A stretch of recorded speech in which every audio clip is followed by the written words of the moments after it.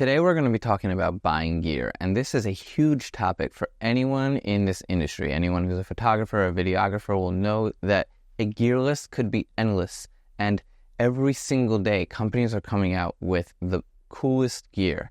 And you could buy a mic and a new mic will come out next week with new features, and you'll buy a mic that doesn't have 32-bit float, and next week 32-bit float is available for the same price. And you could constantly be selling and buying gear and accumulating gear and having the top gear always. This is such a huge conversation and something that all of us creatives face. There's this balance between knowing that we're going to be delivering to our clients, we have the latest and greatest technology and gear available to us, and what other people are offering with their technology, we can also offer with our technology. So you never want to end up in a situation where you feel like you're maybe shorting a client because your technology could have been better and they might have been able to expect that thing that they were asking for, except the camera that you have or the mics that you have aren't really up to par. And had another videographer been there, they would have been able to set noise canceling on their mic or had been able to work in a low light situation. And in those cases, I would say that, yeah, the client was shorted.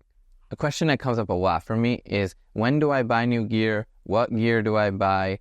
And how do I know that I'm in a financial situation where I could buy that gear? How do I know? There's so many questions that come up when it comes to buying gear. It's so hard to know when to buy new gear, what to buy if you're in a situation where you can afford it. And dealing with this, I've been able to develop a mindset that's kept me in a really good place and has given me the ability to make very confident decisions when it comes to what gear do I buy. This was taught to me by one of my best friends, Zev Hagler, and he laid it out for me this way. He explained that if you don't have 6 months expenses, that means your business expenses, including travel, your car, your computer, any subscriptions you have, storage, and literally any expense that you're going to encounter in the next 6 months. You need to be able to lay out your expenses and know that you are secure for at least 6 months before purchasing any items. This means that you should be able to pay for this piece of gear 10 or 20 times over before taking on the risk of owning it and it breaking and it may or may not be insured. So the mindset starts with a financial decision. So the way that we look at this is we estimate our expenses for 6 months and put that into savings. This is our starting point. Once we have this amount of money that we know we should be able to cover at least 6 months of our expenses, now you can begin thinking about different purchases that you want to make. Then the question becomes what? And this is a much, much larger conversation that we'll have another time, which is, what do I buy? I honestly feel a full frame camera is the first step to go. So you get a 16-35, 24-70, and 70-200. That's our first goal. If you can, you stay with the 2.8, not f4 lenses. I personally have 2 f4 lenses, so that's fine, and they're plenty sharp. I personally believe that if you're going to be charging for your work, you need to be using a full frame camera.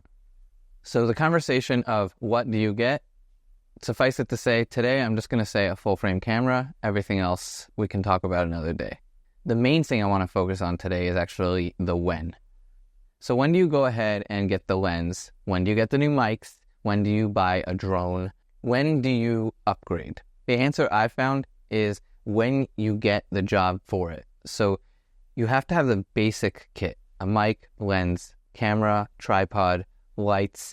And then when you get that big job, that several $1,000 job, the $10,000 job, that's when you start to ask yourself, okay, this client is paying $10,000. My level of job just leveled up. What am I going to be needing? What is the basic standard of level of equipment now? And that could very well mean, okay, now since we're going to be doing this interview with a lawyer, now I need a softbox and I need an actual cob light.